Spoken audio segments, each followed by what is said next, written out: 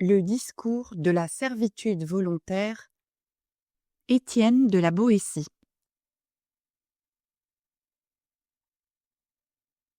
Homère raconte qu'un jour, parlant en public, Ulysse dit aux Grecs : « Il n'est pas bon d'avoir plusieurs maîtres, n'en ayant qu'un seul. »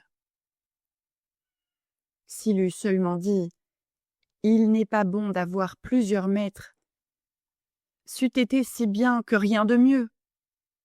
Mais, tandis qu'avec plus de raison, il aurait dû dire que la domination de plusieurs ne pouvait être bonne, puisque la puissance d'un seul, dès qu'il prend ce titre de maître, est dure et révoltante.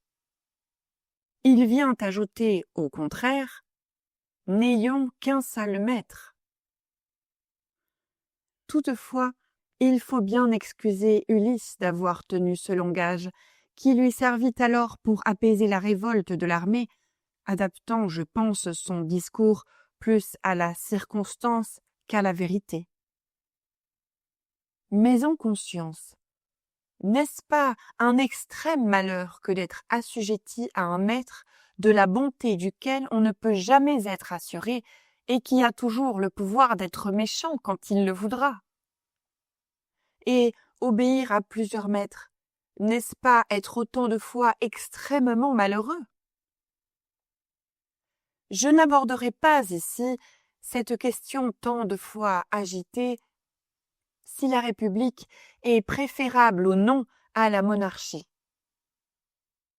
Si j'avais à la débattre, avant même de rechercher quel rang la monarchie doit occuper parmi les divers modes de gouverner la chose publique, je voudrais savoir si l'on doit même lui en accorder un, attendu qu'il est bien difficile de croire qu'il y ait vraiment rien de public dans cette espèce de gouvernance où tout est à un seul. Mais réservons pour un autre temps cette question, qui mériterait bien son traité à part et amènerait d'elle-même toutes les disputes politiques. Pour le moment, je désirerais seulement qu'on me fît comprendre comment il se peut que tant d'hommes, tant de villes, tant de nations supportent quelquefois tout d'un tyran seul, qui n'a de puissance que celle qu'on lui donne, qui n'a de pouvoir que de nuire, d'autant qu'ils veulent bien l'endurer, et qui ne pourrait leur faire aucun mal, s'ils n'aimaient mieux tout souffrir de lui que de le contredire. Chose vraiment surprenante, et pourtant si commune qu'il faut plutôt en gémir que s'en étonner, c'est de voir des millions d'hommes misérablement asservis et soumis tête baissée à un joug déplorable, non qu'ils y soient contraints par une force majeure, mais parce qu'ils sont fascinés et pour ainsi dire ensorcelés par le seul nom d'un qu'ils ne devraient redouter, puisqu'il est seul, ni chérir puisqu'il est envers eux tous inhumain et cruel. Telle est pourtant la faiblesse des hommes. Contraints à l'obéissance, obligés de temporiser, divisés entre eux, ils ne peuvent pas toujours être les plus forts. Si donc une nation enchaînée par la force des armes est soumise au pouvoir d'un seul, comme la cité d'Athènes le fut à la domination des 30 tyrans, il ne faut pas s'étonner qu'elle serve, mais bien déplorer sa servitude, ou plutôt ne s'en étonner ni s'en plaindre. Supporter le malheur avec résignation et se réserver pour une meilleure occasion à venir. Nous sommes ainsi faits que les communs devoirs de l'amitié absorbent une bonne part de notre vie. Aimer la vertu, estimer les belles actions, être reconnaissant des bienfaits reçus et souvent même réduire notre propre bien-être pour accroître l'honneur et l'avantage de ceux que nous aimons et qui méritent d'être aimés. Tout cela est très naturel. Si donc les habitants d'un pays trouvent parmi eux un de ces hommes rares qui leur ait donné des preuves réitérées d'une grande prévoyance pour les garantir, d'une grande hardiesse pour les défendre, d'une grande prudence pour les gouverner, s'ils s'habituent insensiblement à lui obéir, si même ils se confient à lui jusqu'à lui accorder une certaine suprématie, je ne sais si c'est agir avec sagesse que de l'ôter de là où il faisait bien pour le placer où il pourra mal faire. Cependant, il me semble très naturel et très raisonnable d'avoir de la bonté pour celui qui nous a procuré tant de bien et de ne pas craindre que le mal nous vienne de lui. Mais, ô grand Dieu, qu'est-ce donc que cela? Comment appellerons-nous ce vice, cet horrible vice? N'est-ce pas honteux de voir un nombre infini d'hommes non seulement obéir, mais ramper, non pas être gouvernés, mais tyrannisés, n'ayant ni bien, ni parents, ni enfants, ni leur vie même qui soit à eux?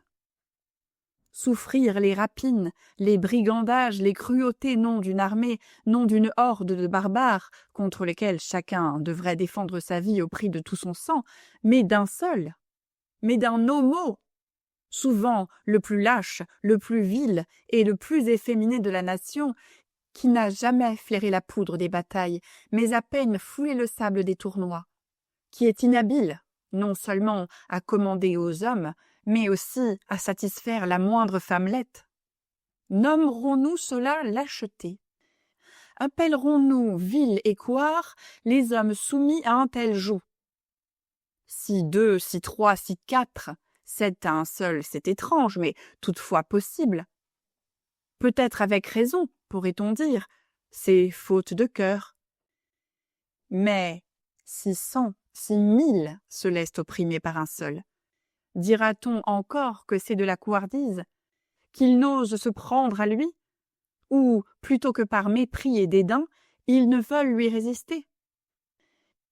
Enfin, si l'on voit non pas 100, non pas 1000, mais 100 pays, 1000 villes, 1 million d'hommes ne pas assaillir, ne pas écraser celui qui sans ménagement aucun les traite tous comme autant de serfs et d'esclaves, comment qualifierons-nous cela?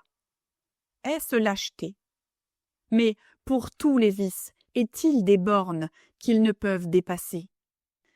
2 hommes, ou même 10, peuvent bien en craindre un, mais que 1000, 1 million, 1000 villes ne se défendent pas contre un seul homme? Oh, ce n'est pas seulement couardise, elle ne va pas jusque-là. Et même que la vaillance n'exige pas qu'un seul homme escalade une forteresse, attaque une armée, conquiert un royaume. Quel monstrueux vice est donc celui-là que le mot de couardise ne peut rendre, pour lequel toute expression manque, que la nature désavoue et la langue refuse de nommer? Qu'on mette de part et d'autre 50 000 hommes en armes, qu'on les range en bataille, qu'ils en viennent aux mains, les uns libres, combattant pour leur liberté, les autres pour la leur ravir. Auquel croyez-vous que restera la victoire? Lesquels iront plus courageusement au combat, de ceux dont la récompense doit être le maintien de leur liberté, ou de ceux qui n'attendent pour salaire des coups qu'ils donnent ou reçoivent que la servitude d'autrui? Les uns ont toujours devant leurs yeux le bonheur de leur vie passée et l'attente d'un pareil aise pour l'avenir. Ils pensent moins aux peines, aux souffrances momentanées de la bataille, qu'aux tourments que, vaincus, ils devront endurer à jamais, eux, leurs enfants et toute leur prospérité. Les autres n'ont pour tout aiguillon qu'une petite pointe de convoitise qui s'émousse soudain contre le danger et dont l'ardeur factice s'éteint presque aussitôt dans le sang de leur première blessure. Aux batailles si renommées, de Miltiade, de Léonidas, de Thémistocle, qui datent de 2000 ans et vivent encore aujourd'hui, aussi fraîches dans les livres et dans la mémoire des hommes que si elles venaient d'être livrées récemment en Grèce, pour le bien de la Grèce et pour l'exemple du monde entier, qu'est-ce qui donna à un si petit nombre de Grecs, non le pouvoir, mais le courage de repousser ces flottes formidables, dont la mer pouvait à peine supporter le poids, de combattre et de vaincre tant et si nombreuses nations que tous les soldats grecs ensemble n'auraient point élevé en nombre les capitaines des armées ennemies? Mais aussi, dans ces glorieuses années, c'était moins la bataille des Grecs contre les Perses que la victoire de la liberté sur la domination, de l'affranchissement sur l'esclavage. Ils sont vraiment miraculeux, les récits de la vaillance que la liberté met dans le cœur de ceux qui la défendent. Mais ce qui advient partout et tous les jours, qu'un homme seul opprime 100 000 et les prive de leur liberté, qui pourrait le croire si cela n'était qu'un oui-dire et n'arrivait pas à chaque instant et sous nos propres yeux?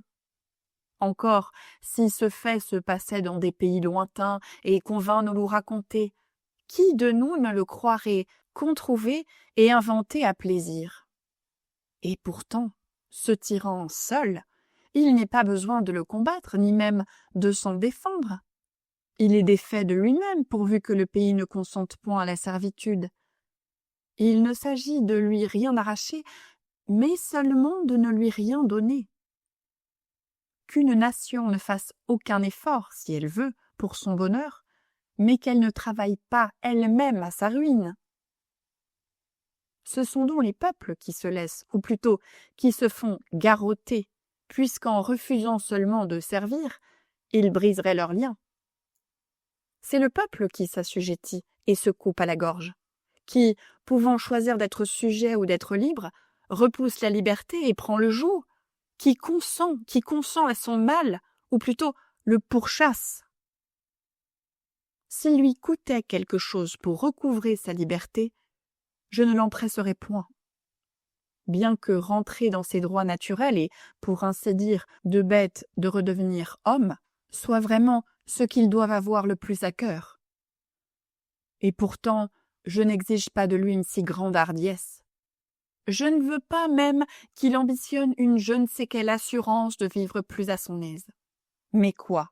Si pour avoir la liberté, il ne faut que la désirer, s'il ne suffit pour cela que du vouloir, se trouvera-t-il une nation au monde qui croit la payer trop cher en l'acquérant par un simple souhait, et qui regrette volonté à recouvrer un bien qu'on devrait racheter au prix du sang et dont la seule perte rend à tout homme d'honneur la vie amère et la mort bienfaisante?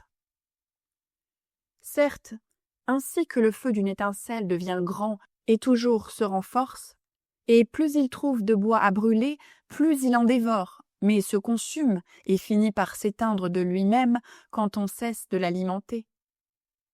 Pareillement, plus les tyrans pillent, plus ils exigent, plus ils ruinent et détruisent, plus on leur fournit, plus on les gorge. Ils se fortifient d'autant et sont toujours mieux disposés à anéantir et à détruire tout. Mais si on ne leur donne rien, si on ne leur obéit point, sans les combattre, sans les frapper, ils demeurent nus et défaits, semblables à cet arbre qui, ne recevant plus de suc et d'aliments à sa racine, n'est bientôt qu'une branche sèche et morte. Pour acquérir le bien qu'il souhaite, l'homme entreprenant ne redoute aucun danger. Le travailleur n'est rebuté par aucune peine. Les lâches seuls, et les engourdis, ne savent ni endurer le mal, ni recouvrer le bien qu'ils se bornent à convoiter. L'énergie, d'y prétendre, leur est ravie par leur propre lâcheté. Il ne leur reste que le désir naturel de le posséder. Ce désir, cette volonté innée, commune aux sages et aux fous, aux courageux et aux couards, leur fait souhaiter toute chose dont la possession les rendrait heureux et contents. Il en est une seule que les hommes, je ne sais pourquoi, n'ont même pas la force de désirer. C'est la liberté. Bien si grand et si doux, que dès qu'elle est perdue, tous les maux s'ensuivent, et que sans elle, tous les autres biens, corrompus par la servitude, perdent entièrement leur goût et leur saveur. La seule liberté, les hommes la dédaignent, uniquement, ce me semble, parce que, s'ils la désiraient, ils l'auraient, comme s'ils se refusaient à faire cette précieuse conquête parce qu'elle est trop aisée. Pauvres gens et misérables, peuples insensés, nations opiniâtres en votre mal et aveugles en votre bien, vous vous laissez enlever sous vos propres yeux le plus beau et le plus clair de votre revenu, piller vos champs, dévaster vos maisons et les dépouiller des vieux meubles de vos ancêtres. Vous vivez de telle sorte que rien n'est plus à vous. Il semble que vous regarderiez désormais comme un grand bonheur qu'on vous laissât seulement la moitié de vos biens, de vos familles, de vos vies. Et tout ce dégât, ces malheurs, cette ruine enfin, vous viennent non pas des ennemis, mais bien certes de l'ennemi et de celui-là même que vous avez fait ce qu'il est, pour qui vous allez si courageusement à la guerre et pour la vanité duquel vos personnes y bravent à chaque instant la mort. Ce maître n'a pourtant que 2 yeux, 2 mains, un corps, et rien de plus que n'a le dernier des habitants du nombre infini de nos villes. Ce qu'il a de plus que vous, ce sont les moyens que vous lui fournissez pour vous détruire. D'où tire-t-il les innombrables argus qui vous épient, si ce n'est de vos rangs? Comment a-t-il tant de mains pour vous frapper, s'il ne les emprunte de vous? Les pieds dont il foule vos cités, ne sont-ils pas aussi les vôtres? A-t-il pouvoir sur vous que par vous-même? Comment oserait-il vous courir sus s'il n'était d'intelligence avec vous? Quel mal pourrait-il vous faire si vous n'étiez receleur du larron qui vous pille, complice du meurtrier qui vous tue et traître de vous-même? Vous semez vos champs pour qu'il les dévaste, vous meublez et remplissez vos maisons, afin qu'il puisse assouvir sa luxure. Vous nourrissez vos enfants pour qu'il en fasse des soldats, trop heureux sont-ils encore, pour qu'il les mène à la boucherie, qu'il les rende ministres de ses convoitises, les exécuteurs de ses vengeances. Vous vous usez à la peine afin qu'il puisse se mignarder en ses délices et se vautrer dans ses sales plaisirs. Vous vous affaiblissez afin qu'il soit plus fort, plus dur, et qu'il vous tienne la bride plus courte. Et de tant d'indignité que les bêtes elles-mêmes ne sentiraient point ou n'endureraient pas, vous pourriez vous en délivrer sans même tenter de le faire, mais seulement en essayant de le vouloir. Soyez donc résolus à ne plus servir, et vous serez libres. Je ne veux pas que vous le heurtiez, ni que vous l'ébranliez, mais seulement ne le souteniez plus, et vous le verrez comme un grand colosse dont on dérobe la base, tomber de son propre poids et se briser. Les médecins disent qu'il est inutile de chercher à guérir les plaies incurables, et peut-être ai-je tort de vouloir donner ces conseils au peuple qui, depuis longtemps, semble avoir perdu tout sentiment du mal qui l'afflige, ce qui montre assez que sa maladie est mortelle. Cherchons cependant à découvrir, s'il est possible, comment s'est enracinée si profondément cette opiniâtre volonté de servir qui ferait croire qu'en effet l'amour même de la liberté n'est pas si naturel. Premièrement, il est, je crois, hors de doute que si nous vivions avec les droits que nous tenons de la nature et d'après les préceptes qu'elle enseigne, nous serions naturellement soumis à nos parents, sujets de la raison, mais non esclaves de personne. Certes, chacun de nous ressent en soi, dans son propre cœur, l'impulsion toute instinctive de l'obéissance envers ses pères et mères. Quant à savoir si la raison est en nous innée ou non, question débattue à fond dans les académies et longuement agitée dans les écoles de philosophes, je ne pense pas errer en croyant qu'il est en notre âme un germe de raison qui, réchauffé par les bons conseils et les bons exemples, produit en nous la vertu. Tandis qu'au contraire, étouffé par les vices qui trop souvent surviennent, ce même germe avorte. Mais ce qu'il y a de clair et d'évident pour tous, et que personne ne saurait nier, c'est que la nature, premier agent de Dieu, bienfaitrice des hommes, nous a tous créés de même et coulés en quelque sorte au même moule pour nous montrer que nous sommes tous égaux, ou plutôt tous frères.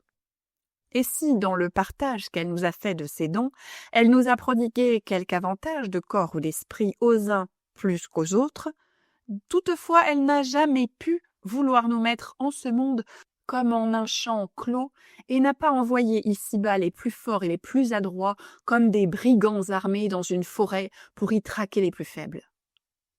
Il faut croire plutôt que, faisant ainsi les parts aux uns plus grandes et aux autres plus petites, elle a voulu faire naître en eux l'affection fraternelle et les mettre à même de la pratiquer, les uns ayant puissance de porter des secours et les autres besoin d'en recevoir.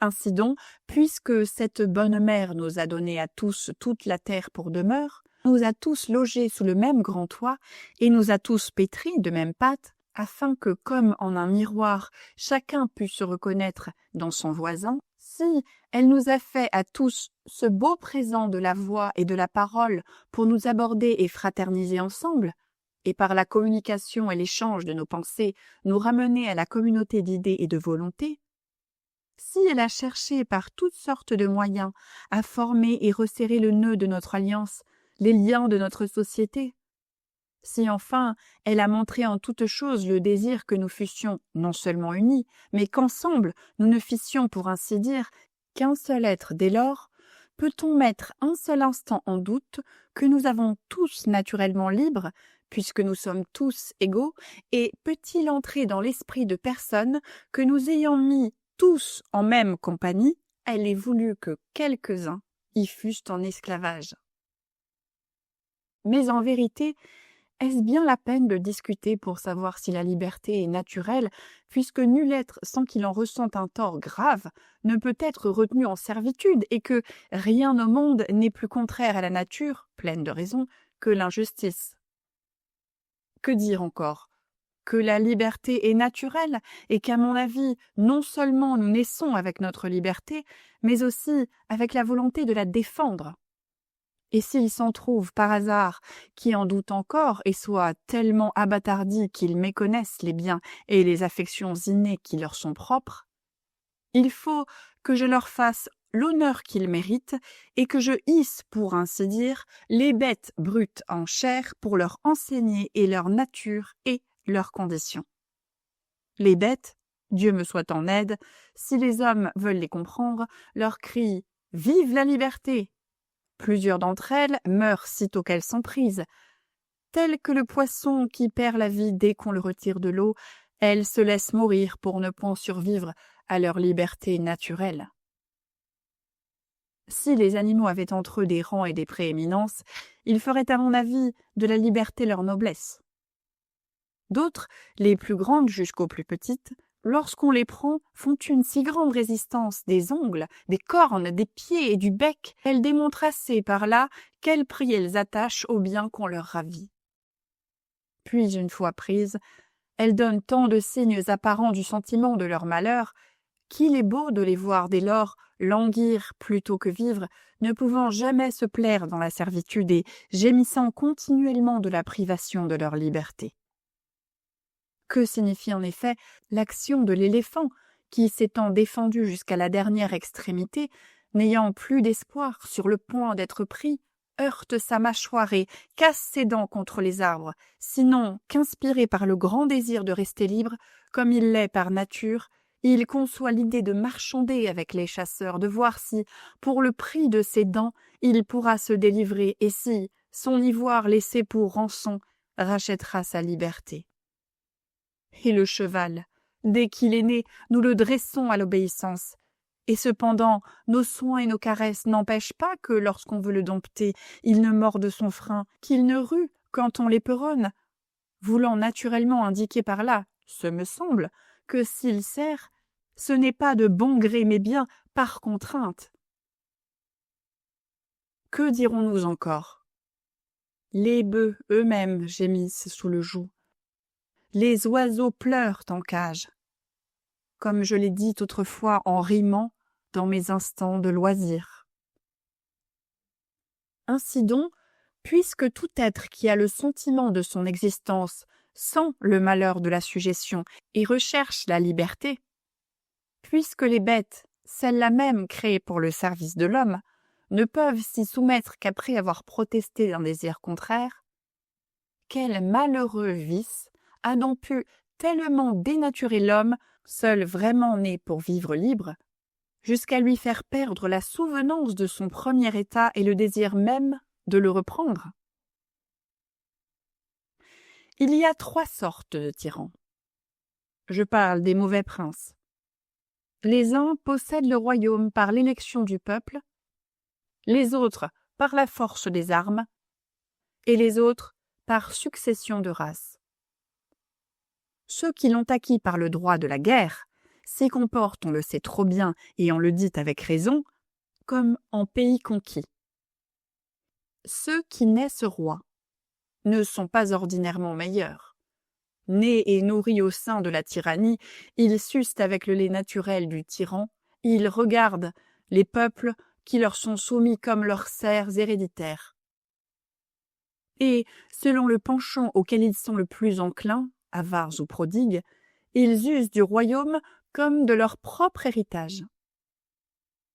Quant à celui qui tient son pouvoir du peuple, il semble qu'il devrait être plus supportable, et il le serait, je crois, si, dès qu'il se voit élevé en si haut lieu au-dessus de tous les autres, flatté par je ne sais quoi qu'on appelle grandeur, il ne prenait la ferme résolution de ne plus en descendre. Il considère presque toujours la puissance qui lui a été confiée par le peuple comme devant être transmise à ses enfants. Or, dès qu'eux et lui ont conçu cette funeste idée, il est vraiment étrange de voir de combien il surpasse en toutes sortes de vices, et même en cruauté, tous les autres tyrans. Ils ne trouvent pas de meilleur moyen pour consolider leur nouvelle tyrannie que d'accroître la servitude, et d'écarter tellement les idées de liberté de l'esprit de leurs sujets que, pour si récent qu'en soit le souvenir, bientôt ils s'effacent entièrement de leur mémoire. Ainsi, pour dire vrai, je vois bien entre ces tyrans quelques différences, mais pas un choix à faire, car s'ils arrivent au trône par des routes diverses, leur manière de régner est toujours à peu près la même. Les élus du peuple le traitent comme un taureau à dompter, les conquérants comme une proie sur laquelle ils ont tous les droits, les successeurs comme tout naturellement. À ce propos, je demanderais: si le hasard voulait qu'il naquît aujourd'hui quelques gens tout à fait neufs, n'étant ni accoutumés à la sujétion, ni à friander la liberté, ignorant jusqu'au nom de l'une et de l'autre, et qu'on leur offrit l'option d'être sujets ou de vivre libres. Quel serait leur choix? Nul doute qu'ils aimassent beaucoup mieux leur seule raison que de servir un homme, à moins qu'ils ne fussent comme ces Juifs d'Israël qui, sans motif ni contrainte aucune, se donnèrent un tyran, et desquels je ne lis jamais l'histoire, sans éprouver un extrême dépit qui me porterait presque à être inhumain envers eux, jusqu'à me réjouir de tous les maux qui par la suite leur advinrent. Car, pour que les hommes, tant qu'il reste en eux vestiges d'hommes, se laissent assujettir, il faut de deux choses l'une: ou qu'ils soient contraints, ou qu'ils soient abusés. Contraints soit par les armes étrangères, comme Sparte et Athènes le furent par Alexandre, soit par les factions, comme lorsque, bien avant ce temps, le gouvernement d'Athènes tomba aux mains de Pisistrate. Abusés, ils perdirent aussi leur liberté, mais c'est alors moins souvent par la séduction d'autrui que par leur propre aveuglement. Ainsi, le peuple de Syracuse, jadis capitale de la Sicile, assailli de tous côtés par des ennemis, ne songeant qu'au danger du moment et sans prévoyance de l'avenir, élut Denis Ier et lui donna le commandement général de l'armée. Ce peuple ne s'aperçut qu'il l'avait fait aussi puissant que lorsque ce fourbe adroit, rentrant victorieux dans la ville, comme s'il eût vaincu ses concitoyens plutôt que leurs ennemis, se fit d'abord capitaine roi et ensuite roi tyran. On ne saurait s'imaginer jusqu'à quel point un peuple ainsi assujetti par la fourberie d'un traître tombe dans l'avilissement et même dans un profond oubli de tous ses droits qu'il est presque impossible de le réveiller de sa torpeur pour les reconquérir, servant si bien et si volontiers qu'on dirait à la voir qu'il n'a pas perdu seulement sa liberté, mais encore sa propre servitude, pour s'engourdir dans le plus abrutissant esclavage. Il est vrai de dire qu'au commencement, c'est bien malgré soi et par force que l'on sert. Mais ensuite, on s'y fait, et ceux qui viennent après, n'ayant jamais connu la liberté, ne sachant pas même ce que c'est, servent sans regret et font volontairement ce que leur père n'avait fait que par la contrainte. Ainsi, les hommes qui naissent sous le joug, nourris et élevés dans le servage sans regarder plus avant, se contentent de vivre comme ils sont nés, et, ne pensant point avoir d'autres droits, ni d'autres biens que ceux qu'ils ont trouvés à leur entrée dans la vie, ils prennent pour leur état de nature l'état même de leur naissance. Toutefois, il n'est pas d'héritier, pour si prodigue ou nonchalant qu'il soit, qui ne porte un jour les yeux sur ses registres pour voir s'il jouit de tous les droits de sa succession et pour vérifier si l'on n'a pas empiété sur les siens ou sur ceux de son prédécesseur. Cependant, l'habitude, qui en toute chose exerce un si grand empire sur toutes nos actions, a surtout le pouvoir de nous apprendre à servir. C'est elle qui, à la longue, comme on nous le raconte de Mithridate, qui finit par s'habituer au poison, parvient à nous faire avaler sans répugnance l'amer venin de la servitude. Nul doute que la nature nous dirige d'abord suivant les penchants bons ou mauvais qu'elle nous a donnés, mais aussi faut-il convenir qu'elle a encore moins de pouvoir sur nous que l'habitude, car, pour si bon que soit le naturel, il se perd s'il n'est pas entretenu. Tandis que l'habitude nous façonne toujours à sa manière, en dépit de nos penchants naturels.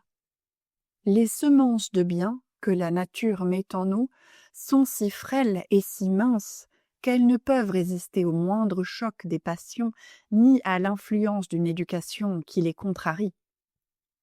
Elles ne se conservent pas mieux, s'abâtardissent aussi facilement et même dégénèrent, comme il arrive à ces arbres fruitiers qui, ayant tous leur espèce propre, la conservent tant qu'on les laisse venir naturellement, mais la perdent pour porter des fruits tout à fait différents dès qu'on les a greffés. Les herbes ont aussi chacune leur propriété, leur naturel, leur singularité. Mais le froid, le temps, le terrain ou la main du jardinier détériorent ou améliorent toujours leur qualité. La plante qu'on a vue dans un pays n'est souvent plus reconnaissable dans un autre. Celui qui verrait chez eux les Vénitiens, cette poignée de gens qui vivent si librement que le plus malheureux d'entre eux ne voudrait pas être roi et qui, tous aussi nés et nourris, ne connaissent d'autre ambition que celle d'aviser pour le mieux au maintien de leur liberté, ainsi appris et formés dès le berceau qu'ils n'échangeraient pas un brin de leur liberté pour toutes les autres félicités humaines. Celui, dis-je, qui verrait ces hommes et qui s'en irait ensuite en les quittant dans les domaines de celui que nous appelons le grand Seigneur, trouvant là des gens qui ne sont nés que pour le servir et qui dévouent leur vie entière au maintien de sa puissance, celui-là penserait-il que ces deux peuples sont de même nature? Ou plutôt, ne croirait-il pas que, en sortant d'une cité d'hommes, il est entré dans un parc de bêtes? On raconte que Lycurgue, législateur de Sparte, avait nourri 2 chiens, tous 2 frères, tous 2 allaités du même lait, et les avait habitués, l'un au foyer domestique et l'autre à courir les champs au son de la trompe et du cornet. Voulant montrer aux Lacédémoniens l'influence de l'éducation sur le naturel, il exposa les 2 chiens sur la place publique et mit entre eux une soupe et un lièvre. L'un courut au plat et l'autre au lièvre. « Voyez, dit-il, et pourtant ils sont frères. » Ce législateur sut donner une si bonne éducation aux Lacédémoniens que chacun d'eux eût préféré souffrir 1000 morts plutôt que de se soumettre à un maître ou de reconnaître d'autres institutions que celle de Sparte. J'éprouve un certain plaisir à rappeler ici un mot des favoris de Xerxès, le grand roi de Perse, au sujet des Spartiates. Lorsque Xerxès faisait ses préparatifs de guerre pour soumettre la Grèce entière, il envoya dans plusieurs villes de ce pays ses ambassadeurs pour demander de l'eau et de la terre, formule symbolique qu'employaient les Perses pour sommer les villes de se rendre. Mais il se garda bien d'en envoyer ni à Sparte ni à Athènes, parce que les Spartiates et les Athéniens, auxquels son père Darius en avait envoyé auparavant pour faire une semblable demande, les avaient jetés les uns dans les fossés, les autres dans un puits, en leur disant « Prenez hardiment là de l'eau et de la terre, et portez-les à votre prince. » En effet, ces fiers républicains ne pouvaient s'offrir que, même par la moindre parole, on attentât à leur liberté. Cependant, pour avoir agi de la sorte, les Spartiates reconnurent qu'ils avaient offensé leur dieu et surtout Talthybi, dieu des héros.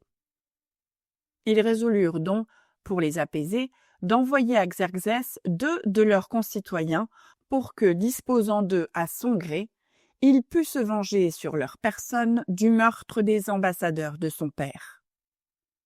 2 Spartiates, l'un nommé Spertiès et l'autre Bulis, s'offrirent pour victimes volontaires. Ils partirent. Lorsqu'ils furent arrivés au palais d'un Perse nommé Hydarnès, lieutenant du roi pour toutes les villes d'Asie qui étaient sur les côtes de la mer, celui-ci les accueillit fort honorablement, et après divers autres discours, leur demanda pourquoi ils rejetaient si fièrement l'amitié du grand roi. « Voyez par mon exemple, ajouta-t-il, comment le roi sait récompenser ceux qui méritent de l'être, et croyez que si vous étiez à son service et qu'il vous eût connu, vous seriez tous deux gouverneurs de quelque ville grecque. En ceci, Hydarnès, tu ne pourrais nous donner un bon conseil, répondirent les Lacédémoniens. Car si tu as goûté le bonheur que tu nous promets, tu ignores entièrement celui dont nous jouissons. Tu as éprouvé la faveur d'un roi, mais tu ne sais pas combien est douce la liberté, tu ne connais rien de la félicité qu'elle procure. Oh, si tu en avais seulement une idée, tu nous conseillerais de la défendre, non seulement avec la lance et le bouclier, mais avec les ongles et les dents. Les Spartiates seuls disaient vrai, mais chacun parlait ici selon l'éducation qu'il avait reçue, car il était impossible aux Persans de regretter la liberté dont ils n'avaient jamais joui. Et les Lacédémoniens, au contraire, ayant savouré cette douce liberté, ne concevaient même pas qu'on pût vivre dans l'esclavage. Caton, d'Utique, encore enfant et sous la férule du maître, allait souvent voir Sylla, le dictateur, chez lequel il avait ses entrées libres, tant à cause du rang de sa famille que des liens de parenté qui les unissaient. Dans ses visites, il était toujours accompagné de son précepteur, comme c'était l'usage à Rome pour les enfants des nobles de ce temps-là. Un jour, il vit que dans l'hôtel même de Sylla, en sa présence ou par son commandement, on emprisonnait les uns, on condamnait les autres. L'un était banni, l'autre étranglé. L'un proposait la confiscation des biens d'un citoyen, l'autre demandait sa tête. En somme, tout s'y passait non comme chez un magistrat de la ville, mais comme chez un tyran du peuple. C'était bien moins le sanctuaire de la justice qu'une caverne de tyrannie. Ce noble enfant dit à son précepteur : « Me donneriez-vous un poignard ? Je le cacherais sous ma robe. J'entre souvent dans la chambre de Sylla avant qu'il soit levé. J'ai le bras assez fort pour en délivrer la République. » Voilà vraiment la pensée d'un Caton. C'est bien là le début d'une vie si digne de sa mort. Et néanmoins, taisez le nom et le pays de Caton, racontez seulement le fait tel qu'il est, il parle de lui-même. Ne dira-t-on pas aussitôt que cet enfant était romain, né à Rome alors qu'elle était libre? Pourquoi dis-je ceci? Je ne prétends certes pas que le pays et le sol perfectionnent quoi que ce soit, car partout et en tout lieu, l'esclavage est odieux aux hommes et la liberté leur est chère. Mais parce qu'il me semble que l'on doit compatir à ceux qui, en naissant, se trouvent déjà sous le joug. On doit les excuser ou leur pardonner, si, n'ayant pas encore vu l'ombre même de la liberté et n'en ayant jamais entendu parler, ils ne ressentent pas le malheur d'être esclaves. Si en effet, comme le dit Homère des Cimériens, Il est des pays où le soleil se montre tout différemment qu'à nous, et qu'après les avoir éclairés pendant 6 mois consécutifs, il les laisse dans l'obscurité pendant les 6 autres mois. Serait-il étonnant que ceux qui naîtraient pendant cette longue nuit, s'ils n'avaient point ouï parler de la clarté, ni jamais vu le jour, s'accoutumassent aux ténèbres dans lesquelles ils sont nés et ne désirassent point la lumière? On ne regrette jamais ce qu'on n'a jamais eu. Le chagrin ne vient qu'après le plaisir, et toujours à la connaissance du bien se joint le souvenir de quelque joie passée. Il est dans la nature de l'homme d'être libre et de vouloir l'être, mais il prend très facilement un autre pli lorsque l'éducation le lui donne. Disons donc que si toutes les choses auxquelles l'homme se fait et se façonne lui deviennent naturelles, cependant seul le reste dans sa nature l'homme qui ne s'habitue qu'aux choses simples et non altérées. Ainsi, la première raison de la servitude volontaire, c'est l'habitude. Comme cela arrive aux plus braves courteaux, qui d'abord mordent leurs freins, et puis après s'en jouent. Qui, regimbant naguère sous la selle, se présentent maintenant d'eux-mêmes sous le brillant harnais, et tout fiers, se rengorgent et se pavanent sous l'armure qui les couvre. Ils disent qu'ils ont toujours été sujets, que leurs pères ont ainsi vécu.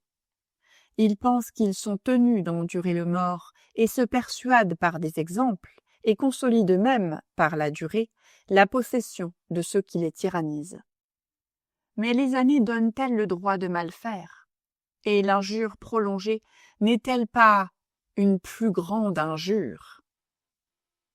Toujours en est-il certains qui, plus fiers et mieux inspirés que les autres, sentent le poids du joug et ne peuvent s'empêcher de le secouer, qui ne se soumettent jamais à la suggestion et qui toujours et sans cesse, ainsi qu'Ulysse cherchant par terre et mer à revoir la fumée de sa maison, n'ont garde d'oublier leurs droits naturels et s'empressent de les revendiquer en toute occasion. Ceux-là, ayant l'entendement net et l'esprit clairvoyant, ne se contentent pas, comme les ignorants encroutés, de voir ce qui est à leurs pieds sans regarder ni derrière ni devant. Ils rappellent, au contraire, les choses passées pour juger plus sainement le présent et prévoir l'avenir. Ce sont ceux qui, ayant de même l'esprit droit, l'ont encore rectifié par l'étude et le savoir. Ceux-là, si la liberté était entièrement perdue et bannie de ce monde, l'y ramèneraient, car, la sentant vivement, l'ayant savourée et conservant son germe en leur esprit, la servitude ne pourrait jamais les séduire